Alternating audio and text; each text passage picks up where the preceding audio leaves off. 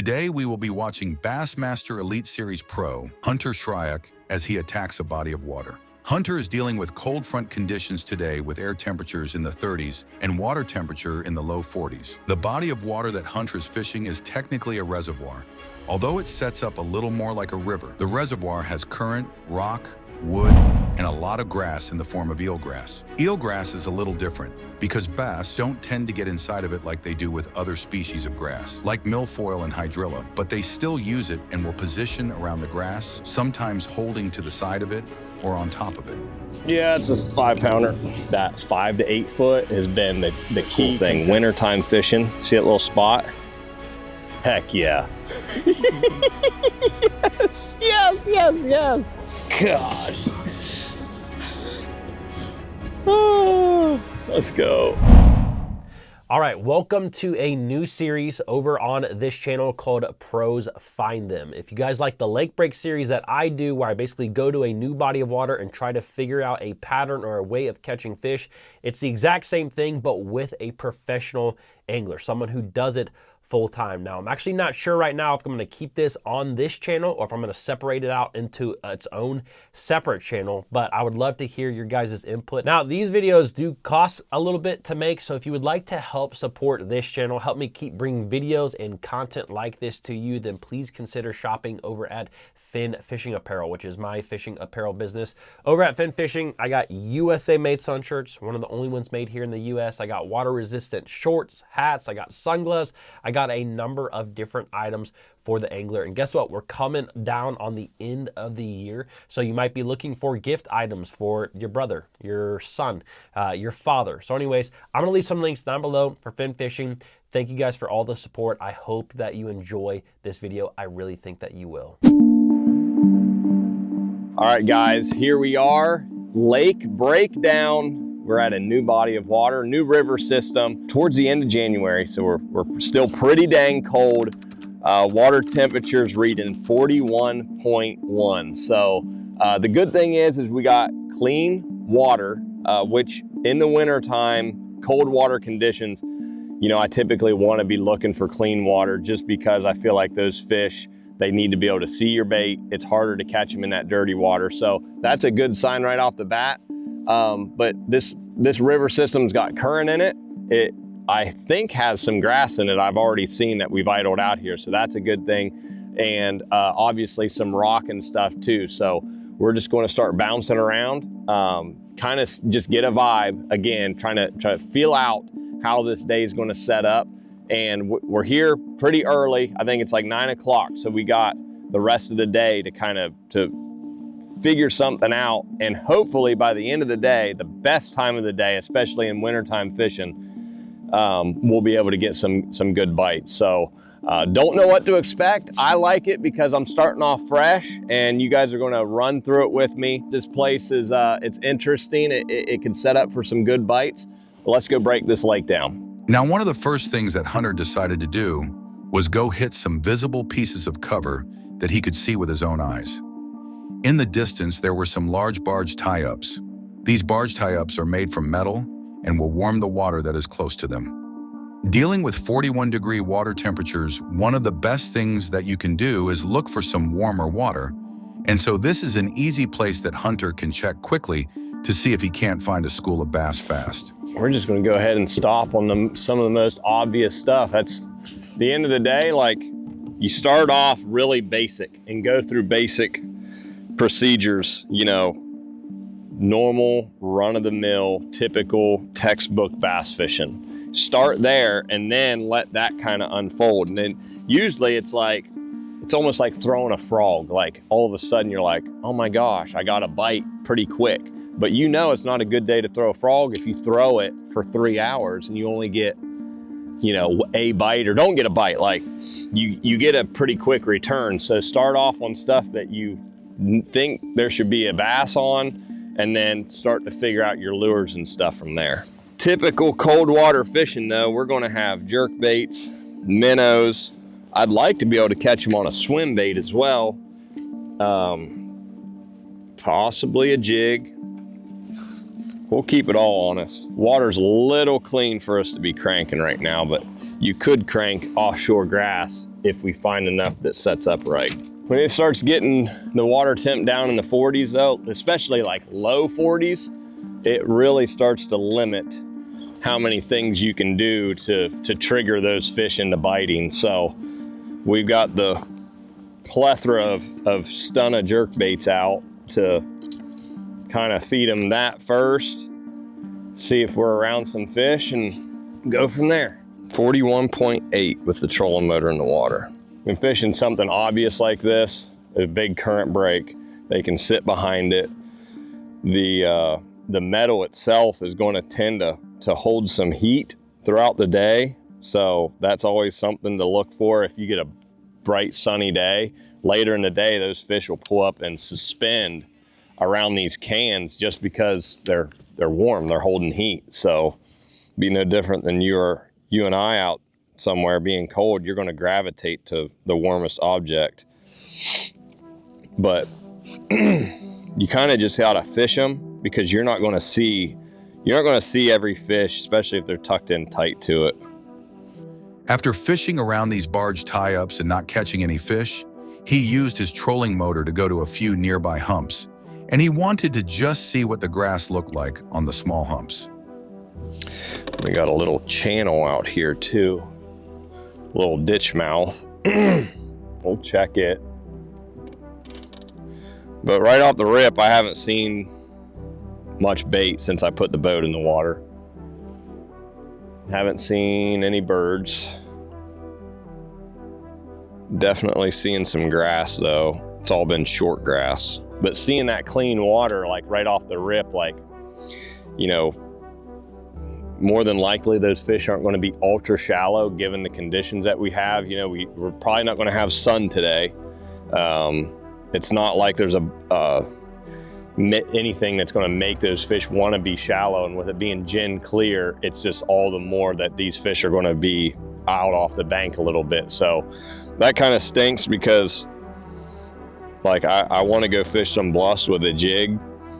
Not that you can't catch them in cleaner water, it's not as conducive as when there's a little bit of stain to it. So I'm already not ruling it out, but I'm going to start leaning more on this stuff and finding some in the grass. Look, there's one on the bottom. I think that's a fit. That's a bass. He's just not very big. See how you can see his tail and he's real condensed. Ah, he's behind the boat. I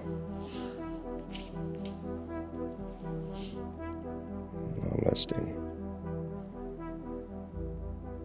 He's not about it. But this time of the year, you know, we're looking for a group of fish.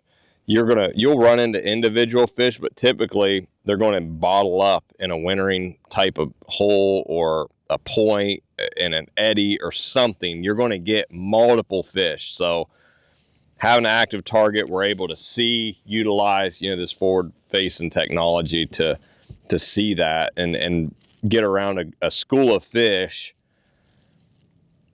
That's just typical wintertime fishing. When you find one, you're going to find a group of them. I don't think they necessarily live in the eelgrass like they do a hydrilla or milfoil or other types of grass. It makes it easier for us to be able to find them with like a forward-facing sonar because it brings them out of the grass. They're never pinned up in it. Hydrilla, you got to fish it very thoroughly to know, because your forward's not always going to tell you the story. But you can see like right here, like that's like the side of the eelgrass where it drops off at an edge, and that little spot right there would be like a perfect place for a couple bass to be sitting. While he did see some grass and a few stumps, he didn't find any bass, and so then he got on his big engine and idled over a couple of ledges on the main river channel. So we're gonna idle out here closer to the main channel and just gonna drop the trolling motor. So instead of like graphing it first and turning around and fishing it, I'm just gonna slide up on the trolling motor. I'm gonna assume there's grass. You can already see it here. Assume that there's grass up there, but also check the ditch itself for bait. You can see some bait already popping up. So maybe, you know, they're already, you know, sitting in that ditch on bait. But just to check it on the trolling motor instead of spooking them on the big engine, we'll just, you know, it's tedious, but that's what you got to do. Is it a bass or is it the tree?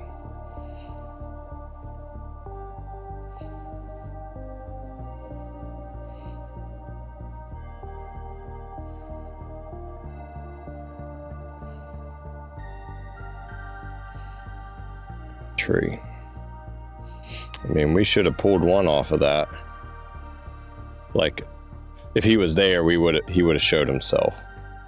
I gotta pick my cadence up. At this point in the day, I would rather run up on something and see the fish and be like, dang, I messed it up, instead of taking too much time and too much effort to sit here and really slow poke around, because we're still, you know, we're trying to see where they're going to be located.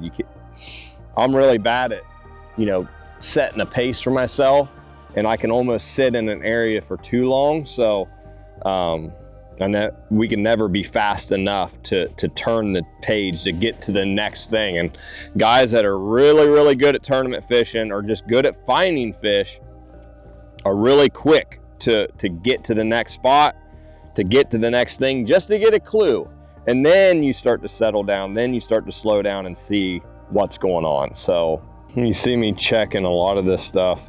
I'll throw to it, because not all times are you going to see a bass. I mean, a bass this big can sit on a stump that looks small on your graph, but in reality, they can be right up against it. And water temps, 42, 41 degrees, they tend to lock into things. They'll lay on the bottom. You'll catch some and they'll actually have mud on their bottom at times. So I call it kind of scraping around, because you'll throw your bait over there not thinking there's one there, and then all of a sudden they'll come up to it and kind of show themselves. So you just, if it looks right, it's worth making a cast to kind of check to see. What I don't like though is, like, I don't see any main channel grass, like right out here near the main channel. I don't see as much grass as what we did back there, and that was kind of like the secondary channel or the secondary stuff. So that's kind of telling me, you know, that maybe there's not as much grass right next to the main channel. It got so cold, current, they ripped the grass away, but there's still enough grass on the secondary stuff. So that might key us in to just focusing on secondary stuff, not, you know, stuff that's been blown away. Yeah, that should have some grass up on top of it. All right, let's roll. One of the biggest things that he noticed on the main river was that there was very little grass on those humps. More than likely, a lot of the grass on those humps had been swept away by the current that is strongest near the main river channel. So he decided he was going to fish a bridge that he could see in the distance. A bridge is a perfect pinch point that really confines a large amount of bass that are moving back and forth between wintering areas and spawning areas, and they are always a good place to check during the pre-spawn. As he was making his way over to the bridge, he decided to stop on a few areas, including another main river ledge. Ooh, way up there. The grass or fish? Let's go find out. There's a lot of something.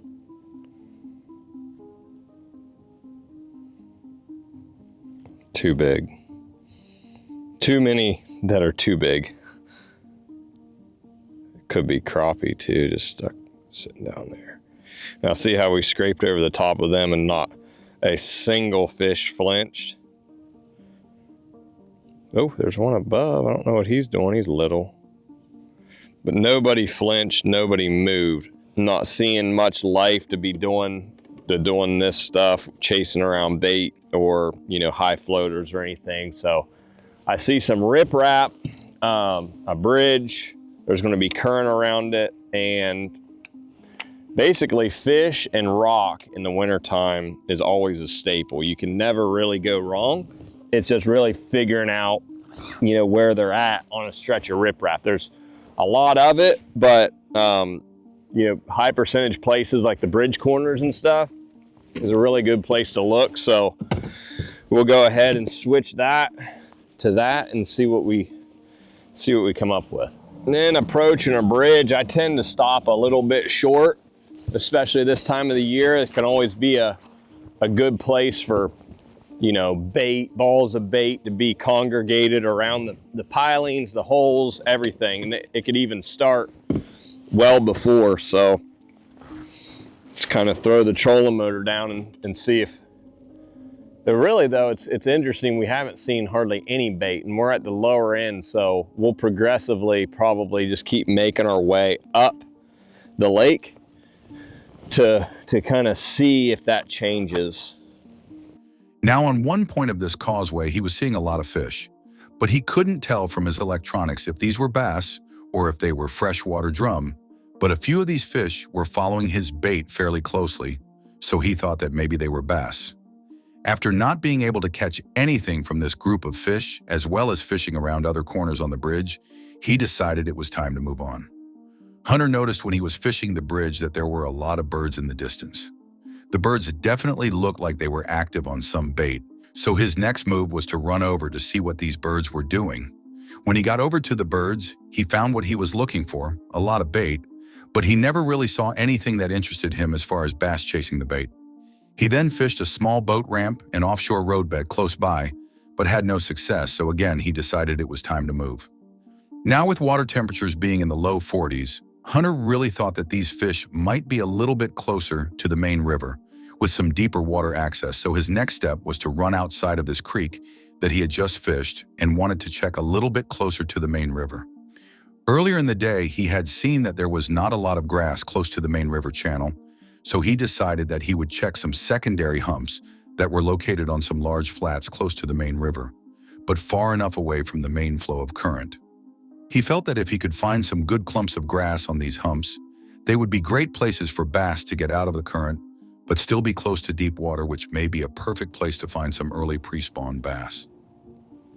Kind of looked like there was one.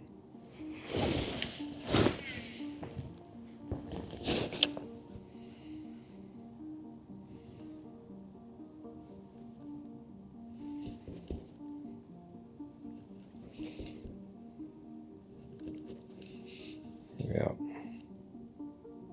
Got the bass. Look at how far he went.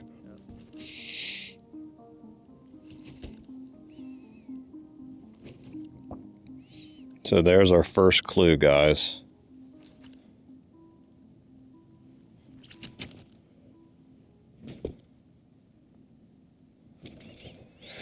I bet I have grass on it. We didn't catch them, but we just got one's attention finally. 12 foot of water, backside of some grass. That fish came from a long ways away, so that told me A, they're a little bit shallower, they're still on this grass deal, and B, they can still see a long ways. That looks like some grass or not. So they can see a long way, so that gives me some confidence to keep probing around with this jerkbait. And I'm talking that fish was this close to biting. And that was more so me making a bad cast. You could barely see that fish. It's almost like the fish was swimming away from us. It looks like there's some more up there, potentially. So, yeah, that was a confidence boost, because we have not seen a lot of productive stuff up to this point. Everything that I thought started to look good ended up being drum, and that was not a drum. So that was a good little shot of confidence. That's gotta be them. Look. Awesome. Heck yes. Let's go. Come on, fish. Oh my gosh. I totally messed that up. I got so excited, Tyler. That's a big one too. I totally... Here he comes. Why is there a beam right? Got him. That's a good one. Yep. Heck yeah, dude. Heck yeah. Yes, yes, yes, yes. That's the rewards of freaking fishing this time of the year. Watch how fat this fish is.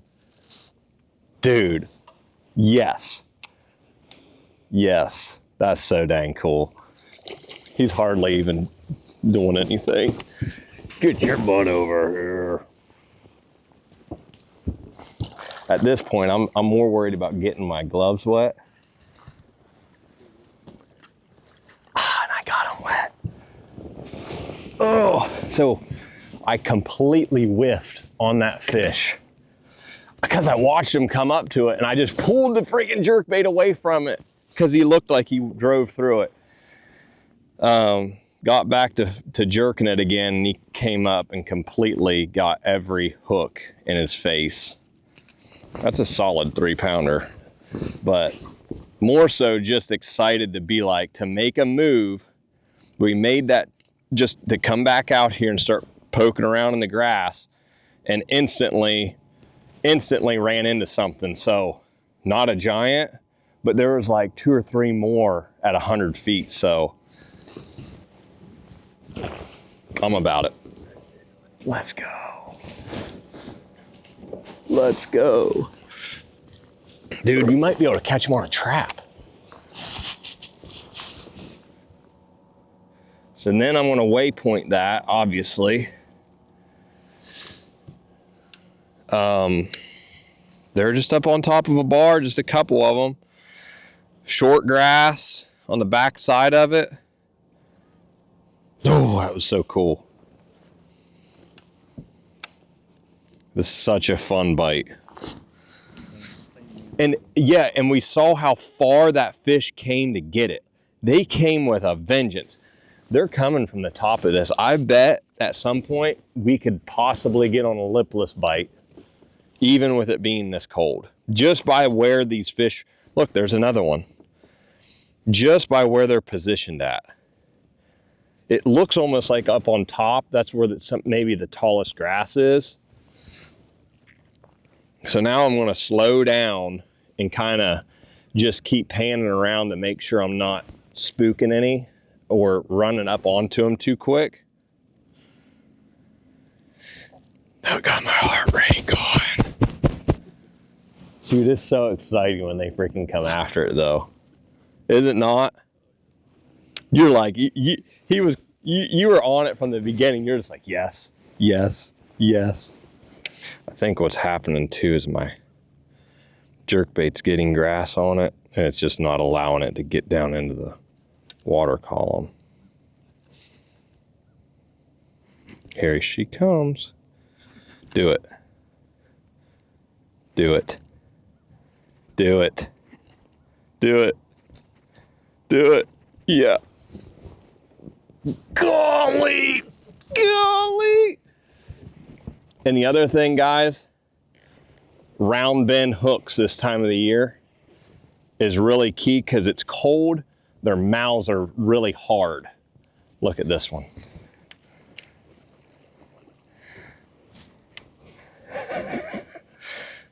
Just completely different mannerisms.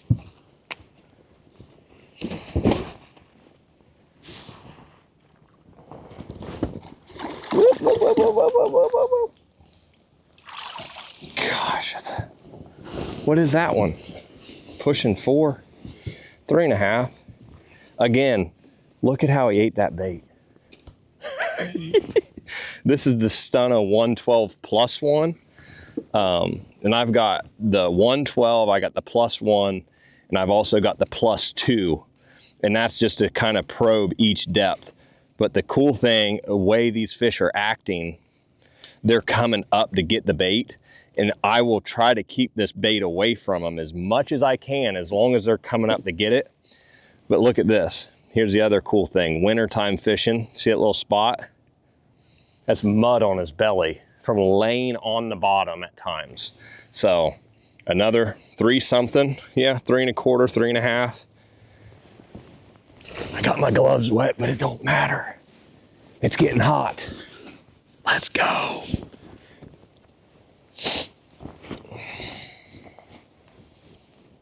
Oh man, oh man, oh man. whispering.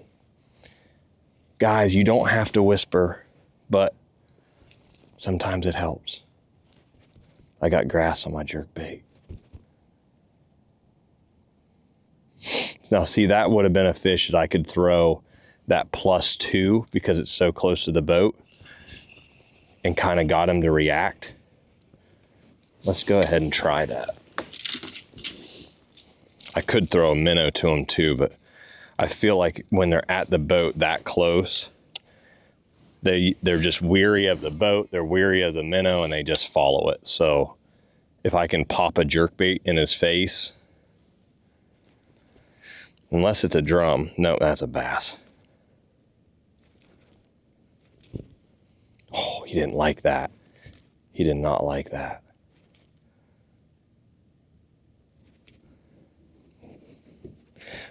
You catch this fish, it's a bonus. That's a bonus. Like, you don't typically catch those fish, but you see how we switched to that +2. That +2 got down to him really fast, and we were able to, look at that, dang. And guys, look at the coloring.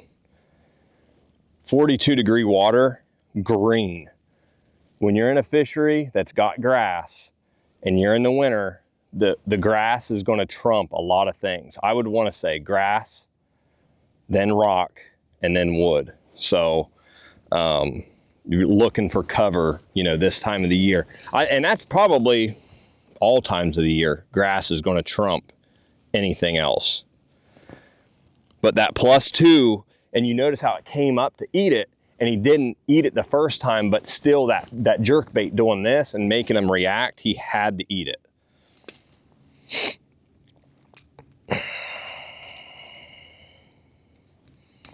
And that's that Wakasagi color. But when they're eating it that good, sometimes color doesn't matter as much as it does figuring out where the fish are set up, figuring out where they're at. So that's so cool. I feel like we could definitely catch them on a bladed jig. A bladed jig would probably be even better than a lipless right now, being as clear as what it is. I feel like a little bit more color would be better for a lipless, but.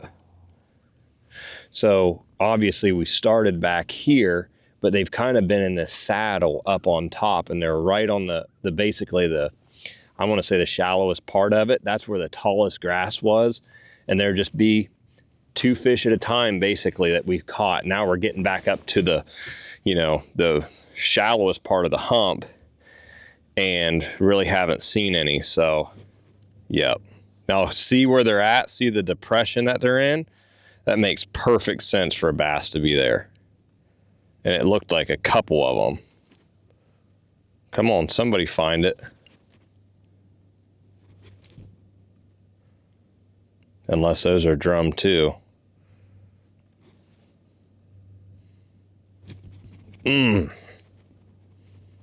Gosh, that looks groovy.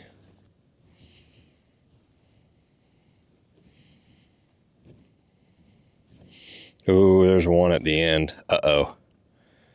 Switched the color, switched to a solid color. Got their attention. Yep. Dang it.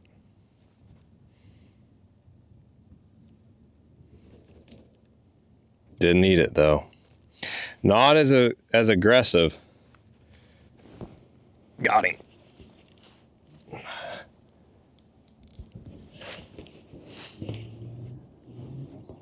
Chunker. They looked about that size. Now there's a better one out here we got to get to that was swimming off a clump.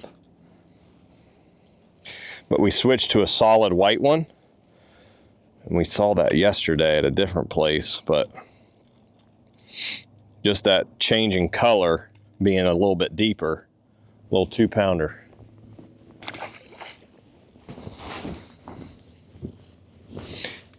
And when you're grass fishing, when you're fishing, you got a boat, always try to waypoint any bites that you get or any ideas, waypoint it. later you start to put pieces of the puzzle together going, oh, look at all these dots that are here, here, and here. And you can really look back with an open mind and be like, okay, now it makes sense. But there was a little bit of a depression in that eelgrass, and there was 3 or 4 of them sitting in it. They were all about the same size too. Look at how far this fish is coming to get it. Gosh, that's a good one.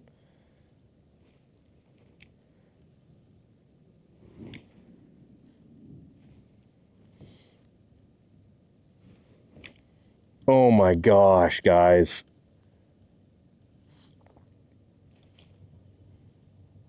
Oh my gosh.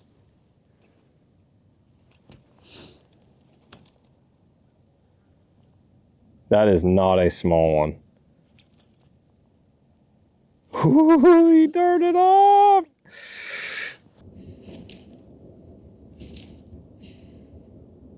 Come on, fish. There he comes. We're really far away from the boat. There's 2 of them in competition.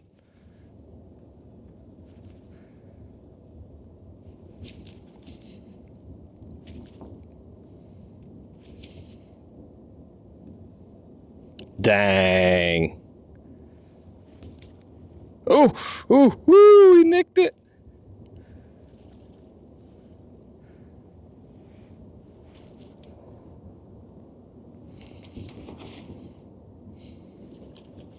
Dang it. That should have been a fish catch. So really what we figured out, just big grass flats with small, subtle indentations or, you know, changes in how high the grass is pretty much really what they've been relating to. A little bit different than what I thought that they would be set up on, and shallower than what I kind of anticipated.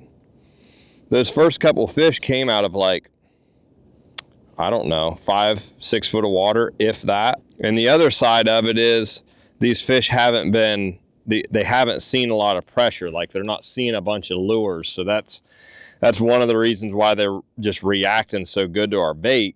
They, you know, you got to put your trolling motor down to fish for these fish. And, you know, that they're just not like stupid easy. I'm just going to go fish this on a map. Like you got to kind of mill around up here. And there's just 1 here, 2 there. Not all gummed up like I anticipated them to be. But I'm gonna fish the rest of this flat out. I really want to just see, you know, how many more bites I could kind of generate up here without having to go back through it. And then we're gonna really try to bounce around and see how many more places we could find, because I really feel like you could get on the right stretch of grass and catch some good ones doing it. You know, somewhere there's a school of 4 to 5 pounders on a place. Look at this one. That's really just waiting to get uncovered, basically. Now there's 2 of them, and I got it too close to the boat.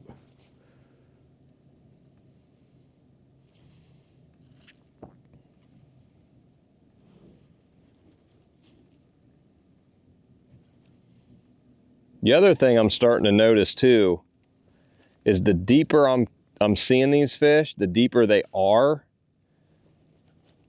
they're not as reactive as the fish that are up shallower. So you see those fish that are really up on the tops of it and around the shallower grass, every one of those fish have bit, they've reacted, and the ones that have been out here on the sides, like they're almost a little bit more dormant. Like they haven't just came unglued on it like we've been seeing. So another note to take in, that maybe just keep focusing on that shallower stuff. After catching several bass, Hunter was starting to put things together. He noticed a few key nuances that allowed him to cover water more efficiently. Largemouth on top of the humps in 4 to 6 foot of water were a lot more active than the ones hanging off the side of the humps in 8 to 12 foot. After fishing through this shallow flat hump, he looked at his electronics and saw other humps close by that had 6 feet of water on top. So he idled over to them and started fishing them in the same way. Yeah, we about to lock up on something.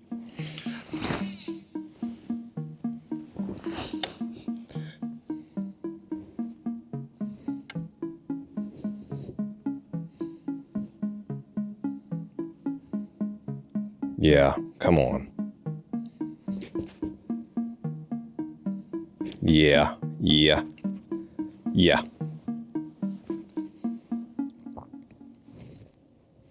Are you kidding me?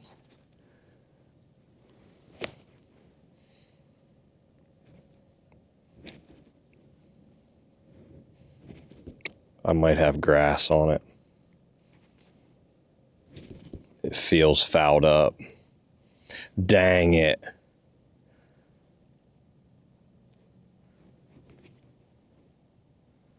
Just slide up there and eat it.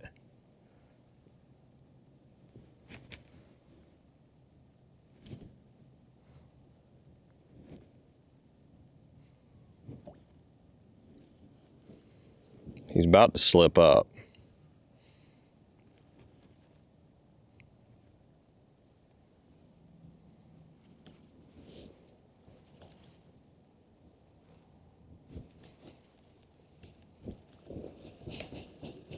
He didn't, once he got up to it, he definitely changed his tune. Oh, he's checking out the grass or something. Look at this. I got grass on it again.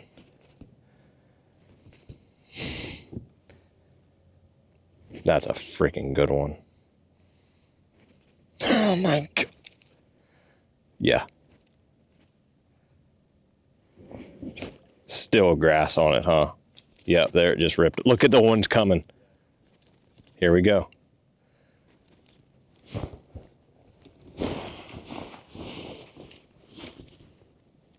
Gosh, those are the big ones. Those are 4-pounders. That was me. Yep, that was on me. But probably didn't have the bait very good. Dang it. Dang it, dang it, guys. You can kind of tell like the bites, they haven't reacted as well just as of recent.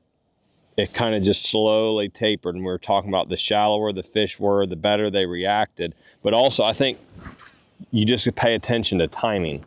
You know, it's getting to be about lunchtime. We hit them right before that when they were really biting really good. So just something to keep in mind that, okay, yeah, there's fish around, and we saw how well they reacted. Now they're starting to slow up a little bit.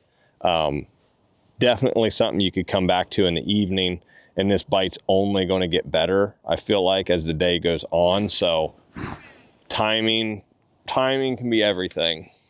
I think primarily those fish where they were at were on a feeders, they were shallower, and on a map, it's not something that you typically are just going to pull up and shut down on and fish.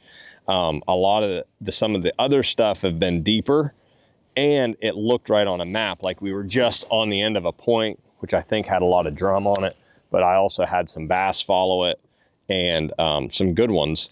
But it's also a place that probably has received pressure recently. Not saying today, but you know, just overall. So they're already kind of wise to boat pressure and stuff. So, because we haven't turned around, we kept the trolling motor down. We've been, let's see, that's not a bass there.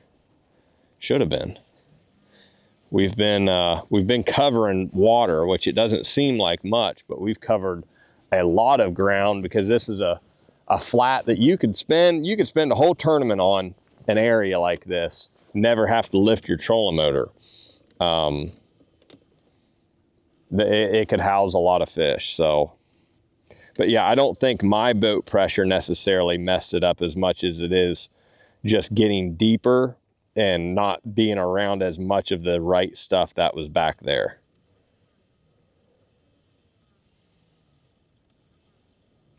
Now look at that ditch. That ditch right there. I mean, that's something that could hold some dang fish. It looks like it already is.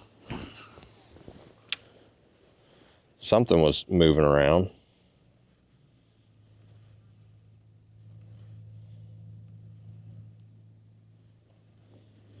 Interesting. But now we're starting to see some shallow stuff getting back up to that 4 to 6 foot up on top of this hump. So maybe we'll creep along and find one. And then we're going to keep moving. I'd like to catch one more. Yep, biggin.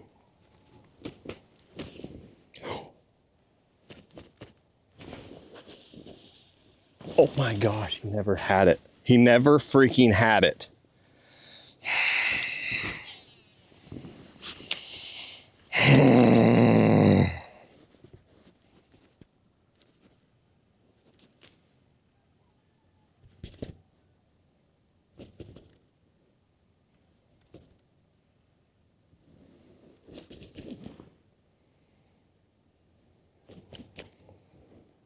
Are you freaking kidding me?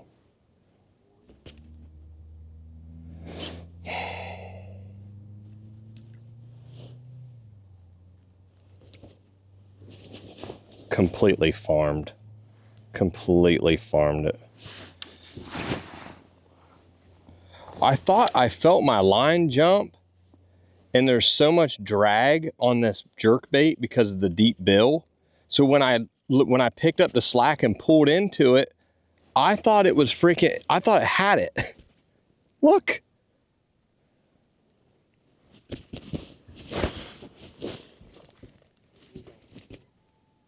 There's a bunch of them.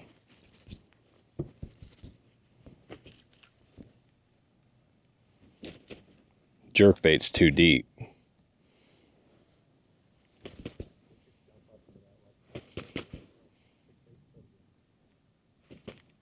That's a minnow hole right there.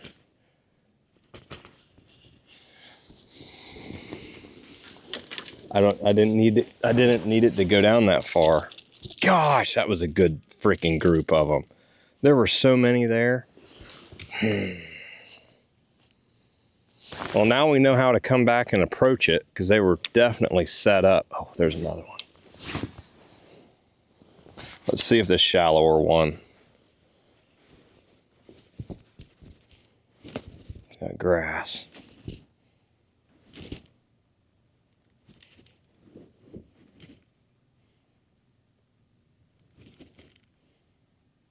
Drum.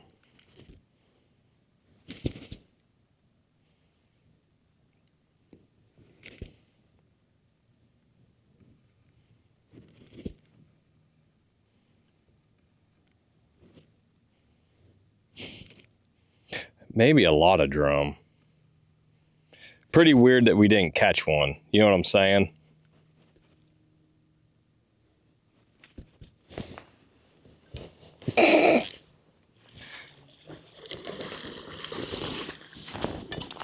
Not a drum, Hunter.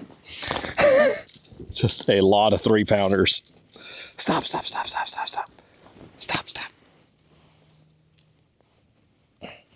How many is there, Tyler? What'd you say? Not a little? He's not 3, but he's like 2 3/4. So switch to the 112 plus 1. I'm getting a little ahead of myself. You got to have it. You still want this jerkbait to stay above their head. So again, that's a new spot. Made a quick little change and immediately had like 3 good opportunities, and there's 20 or 30 bass there. So just like that, we've got 2 areas. Now we just got to keep milling around and keep dialing in how we could get more bites and what other baits these fish will basically eat.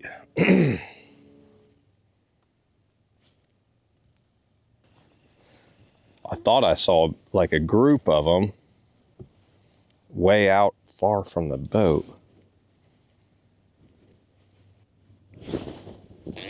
That was sick. That was such a sick bite. He went.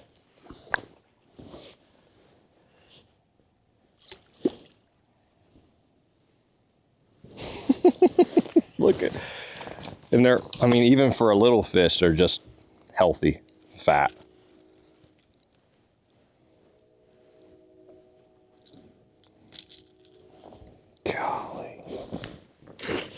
Look at them, there's more out there. And I could probably throw a drop shot, something like that, but typically I want a reaction this time of the year. You need something to make them react. Not that you couldn't throw to them and catch them with something on the bottom. And it makes it a little more tricky with there being this much grass. And it's short grass, so throwing something you got to have something a little higher. So a drop shot is probably one of the few baits that you could get by with.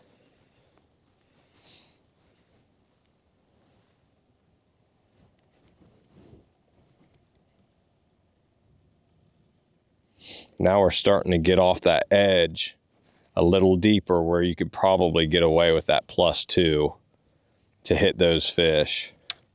And you can almost see the fish light up when they see this bait. When they see that jerk bait, they turn and your sonar picks up their body twitching.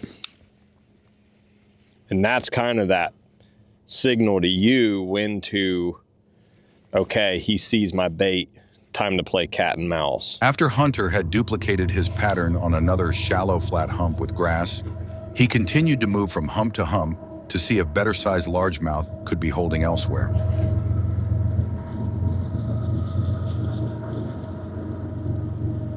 Look. Oh boy.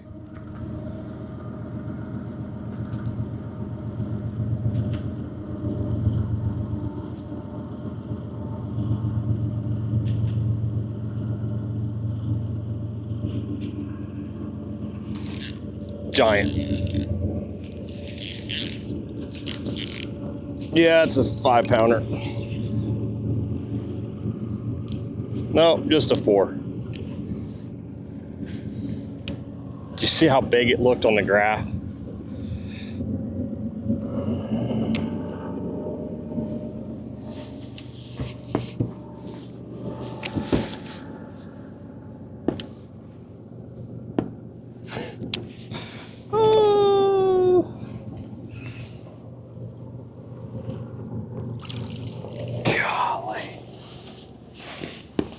Ooh, look at the color of that fish. It's so pretty. 4-pounder. I was more patient when the twitches, when he got up over it, got all around the bait, and I almost let it sit there, and I waited for my line to jump, which took a lot of patience from me. As you've seen already, I messed it up. That's the +1. Look at how yellow he is. Grass bass. I'd say he's a 380. Close to 4 pounds. He looked so good on the screen. I saw him at like 100 and, well, it was 100 feet on the active target. Get going. And then I waited to make that cast up there to it. You see how quickly we moved? Instantly got a bite. But definitely the shallower stuff, that fish came out of 6 foot, 6 foot of water. Just a grass flat. Again, it's a point of a grass flat, but it's nothing that he was related to any sharp drop or anything.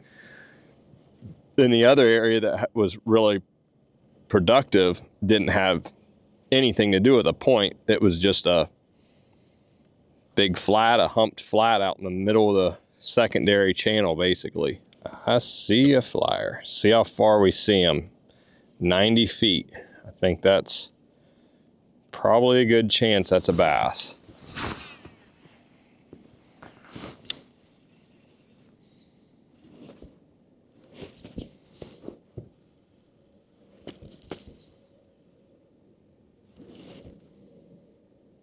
I don't think he saw it.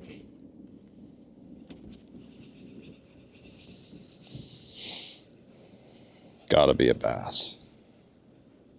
He's not moving around very much, but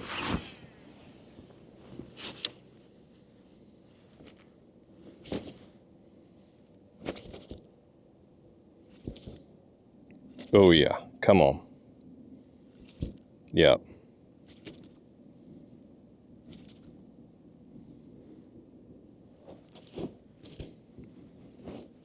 I tried to be patient right there with that and paused it. Probably should have twitched it. Now, see how smart he got when he got on the bait? Got him. Still had to be patient. He looked a lot bigger because he's out there floating.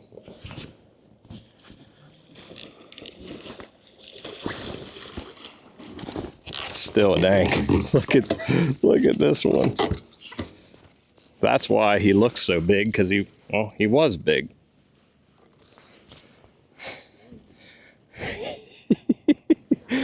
Oh, but I paused it and he came up and got a look at it. Oh, don't look me.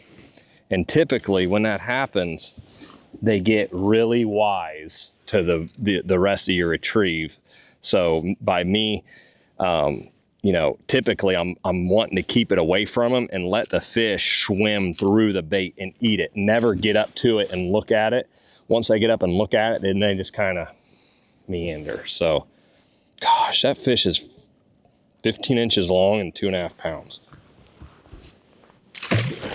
So I'm running a 610 medium light. This is a Fantasista X. The biggest thing you want with a jerkbait rod is you want something that's soft, parabolic, but you still want a little bit of tip so you can twitch that jerkbait. Throwing it on an 8-to-1 Abu Garcia Xenon MGX. Again, high speed reel, because you can pick up that line when you're twitching the bait. And I use 10-pound Berkeley trilene fluorocarbon. Now you can adjust your line size on depending on the depth that you want, but because we're fishing a little bit deeper at times, I've been sticking with the 10-pound. And then as far as the jerk baits, basically the plethora of stunnas, I'm using the 112, the 112 plus 1, and the 112 plus 2. And really, just the 112 is going to be that 4 to 5 foot. The plus 1 is going to be 5 to 8. And then the plus 2 is going to be even deeper. Color-wise, the water's clean. I'm going with, I don't know the color of it. It's like a green vapor or something. Very translucent, brown back. Looks like a gizzard shad. You see the gizzard shads, you know, on a river system, they kind of look like that brownish green. So it's hard to beat that. And we got clouds, so I'm not scared to throw a hard white or something like that as well. But today, doesn't seem like the color's been the deal. It's more or less finding the depth that the fish are active in. So that 5 to 8 foot has been the key compared to that 10 to 12. So we're gonna keep plugging around. The other thing I need to figure out is a jig head minnow, just in places I can be productive when I got this much floating grass. I feel like a jig head, you'd be able to fish it more efficiently and not mess up as many casts, but they're reacting to this thing. I'm gonna keep throwing it for a bit.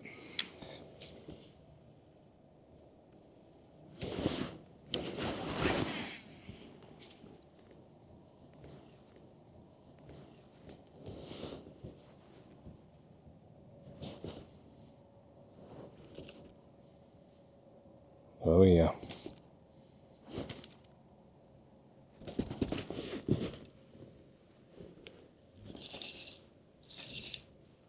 Don't think he's big.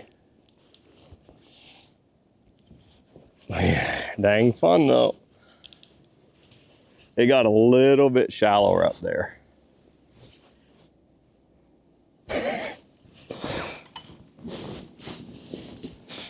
Oh shoot. You can't beat that. 42-degree water. And you think fish don't like move as much. Now don't get me wrong, they will get very sluggish, but you can fish fast baits. You can fish, especially when they're acting like that, those fish will go a long ways to get your bait. So don't be scared to get out there in the wintertime and fish around. I think we got a really fishy day today with it being cloudy and overcast. We had a little bit warmer night, so that definitely helps. And I think I caught enough fish on this one. I need to retie it, but gosh.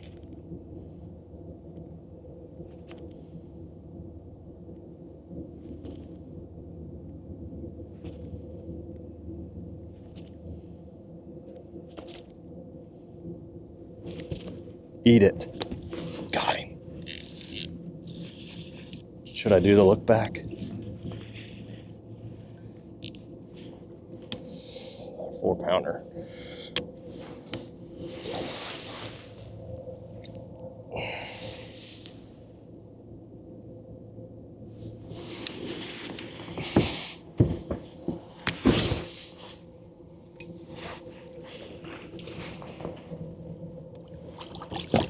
Not a 4.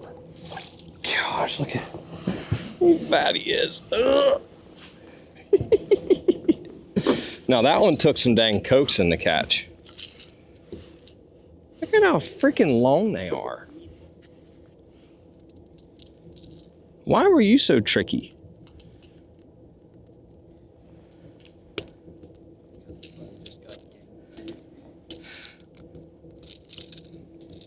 Yeah, probably 3 1/4.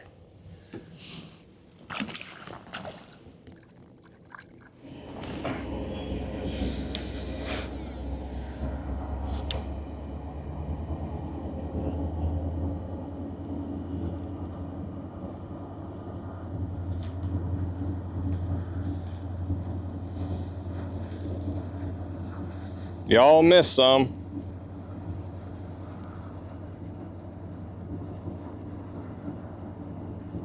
Oh my gosh.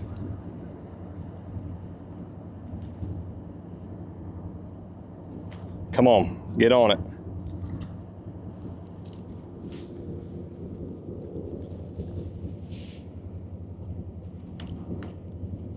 Oh, gosh.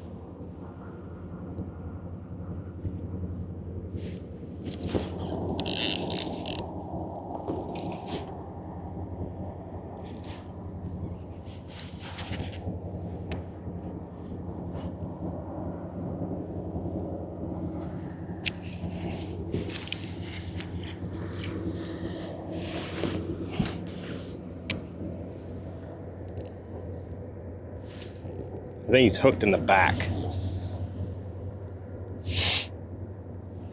I don't think he's that big. Yeah. Felt the hooks move. No, he's a great big one.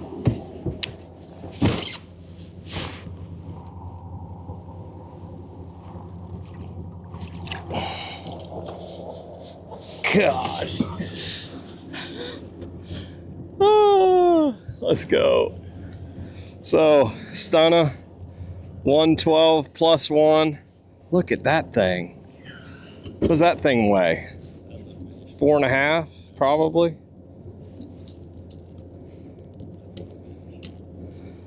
So, like I said, 112 plus 1, round bend hooks, vapor, I think, green vapor. Gosh, I did not think it was that big. We got to get a picture of that one. Heck yeah. So there's a little bit of a group, shallow grass, another new spot instantly pulled up. There's about 4 of them, and I got the boat too close to them, but I still just kept twitching, didn't give up on it. Good thing about that jerkbait, gets them to react. So, gosh, that's a nice, green, healthy wintertime fish. Well, the sun, well, we never saw the sun today, but starting to get a little dark. We put together a solid game plan for the water being, you know, as cold as what it is. I can't complain about it. It's been a fun day out here.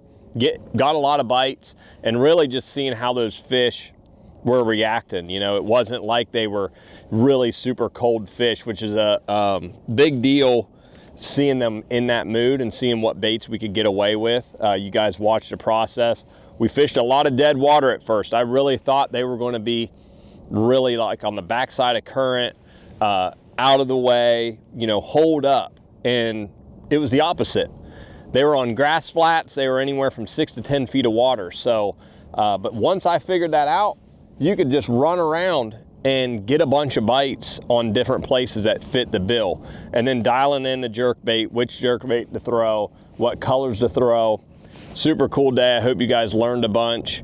I'm sure Tyler's going to put all the links to stuff in the description in the video. But again, breaking down a body of water just to get a clue just to get a little clue on what to do. If I was to come back here for the next 2 days, I would definitely go explore a bunch of new areas, kind of do that as well as finding that shallow grass. But I feel like you could find a couple patches that you could fish in all day long if you were in a tournament.